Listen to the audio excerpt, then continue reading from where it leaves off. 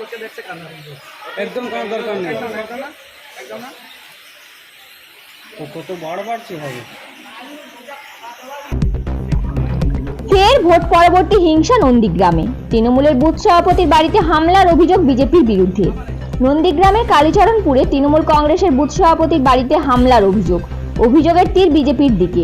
অভিযোগ অস্বীকার বিজেপির। নন্দীগ্রাম 1 নম্বর ব্লকের কালীচরণপুর গ্রাম পঞ্চায়েত এলাকার 7 নম্বর জলপাই গ্রামে 244 নম্বর বুথের বুথ সভাপতি গুরুপদ মণ্ডল। তৃণমূল কংগ্রেসের অভিযোগ, গতকাল রাতে কয়েকজন বিজেপি কর্মী গুরুপদ মণ্ডলের বাড়িতে অতর্কিতভাবে হামলা করে।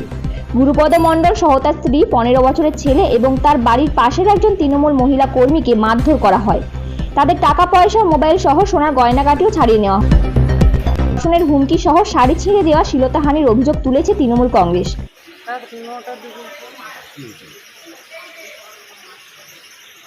চিৎকার হয়েছিল, আমি আমার বাড়িতে ছিলাম, বাড়ি থেকে বেরোতে ওখান থেকে আমার চুলের মুঠি ধরে টেনে নিয়ে গিয়ে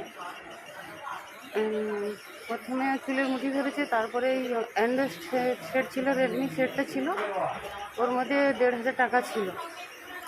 ওই ফোনটা প্রথমেই আমার কাছ থেকে নিয়ে নেয়, তারপরে হাতের ঘুষি দিয়ে এই সাইডটা হাতের ঘুষিয়ে দিয়ে শরীর মধ্যে মেরেছে, এই যে গলা চলে ছিঁড়ে দিয়েছে। এই যে দুষ্কৃতীরা আমাদের বাড়ির পাশে রাজকুমার মণ্ডল ছিল, ওখানে প্রশান্ত মণ্ডল ছিল। হ্যাঁ, ওরা বিজেপি, আমরা টিএমসি দলে। আমাদের অপরাধ ছিল টিএমসিটা করা। বর্তমানে বুথ সভাপতির স্ত্রী, তার ছেলে এবং এক মহিলা তৃণমূল কংগ্রেস কর্মী, তিনজনই নন্দীগ্রাম সুপার স্পেশালিটি হাসপাতালে ভর্তি রয়েছে। গতকাল রাত্রে কালীচরণপুর অঞ্চলের 7 নম্বর জলপাই গ্রামে 244 নম্বর বুথে আমাদের বুথ সভাপতি গুরুপদ মণ্ডল, তার বাড়িতে বিজেপি আশ্রিত দুষ্কৃতীরা অতর্কিত হামলা করে এবং তার স্ত্রী সুষমা মণ্ডলের উপরে পাশবিক অত্যাচার করে। তার শাড়ি ছিঁড়ে দেয়, তার কানের গহনা টেনে ছিঁড়ে ফেলে। শুধু তাই নয়, তার কাছে থাকা নগদ অর্থ এবং মোবাইলটুকু ছিনতাই করে। আর যাওয়ার সময় বলে দেয় যে এর পরে তৃণমূল কংগ্রেস করলে তাকে ধর্ষিত হতে হবে। আমাদের বুথ সভাপতি গুরুপদ মণ্ডল, তার 15 বছরের ছেলে, যার 1 মাস আগে হার্নিয়া অপারেশন হয়েছে, সেই 15 বছরের ছেলেও বিজেপির এই অত্যাচারের হাত থেকে রেহাই পায়নি।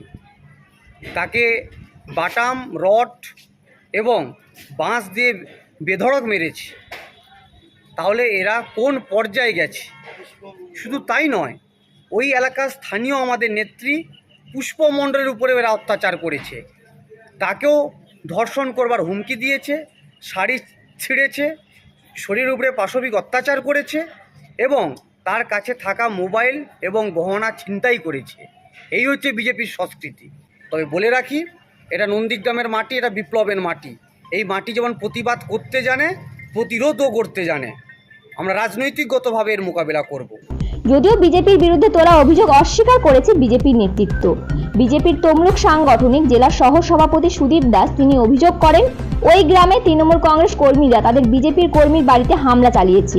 বিজেপি কর্মীরা তা প্রতিরোধ করেছে। দেখুন, কালীচরণপুরে আমাদের ভারতীয় জনতা পার্টির সক্রিয় কার্যকর্তা প্রশান্ত মণ্ডল, ওনার স্ত্রী মমতা মণ্ডল, যিনি কালীচরণপুর গ্রাম পঞ্চায়েতের সদস্যা, ওনাকে তৃণমূল কংগ্রেসের কিছু দুর্বৃত্ত গতকাল প্রথমে প্ররোচনা দেয়, কটূক্তি করে, গালমন্দ করে, তারপর মারধরের চেষ্টা করে। তখনই আমাদের ভারতীয় জনতা পার্টির কার্যকর্তারা সেই মারধরের পরিবেশ পরিস্থিতি প্রতিরোধ করার জন্য সম্মুখ সমরে উপস্থিত হয়। তখনই আমাদের ভারতীয় জনতা পার্টির কার্যকর্তাদেরকেও মারধর করা হয় এবং আমাদের সক্রিয় আরেক কার্যকর্তা রাজু মণ্ডল, ওনার বাড়ি ভাঙচুর করা হয়। কিন্তু সেখানে পরন্তু নন্দীগ্রাম থানার পুলিশ আধিকারিকরা গিয়ে আমাদের ভারতীয় জনতা পার্টির কর্মী কার্যকর্তাদের উপর সন্ত্রাস চালায়।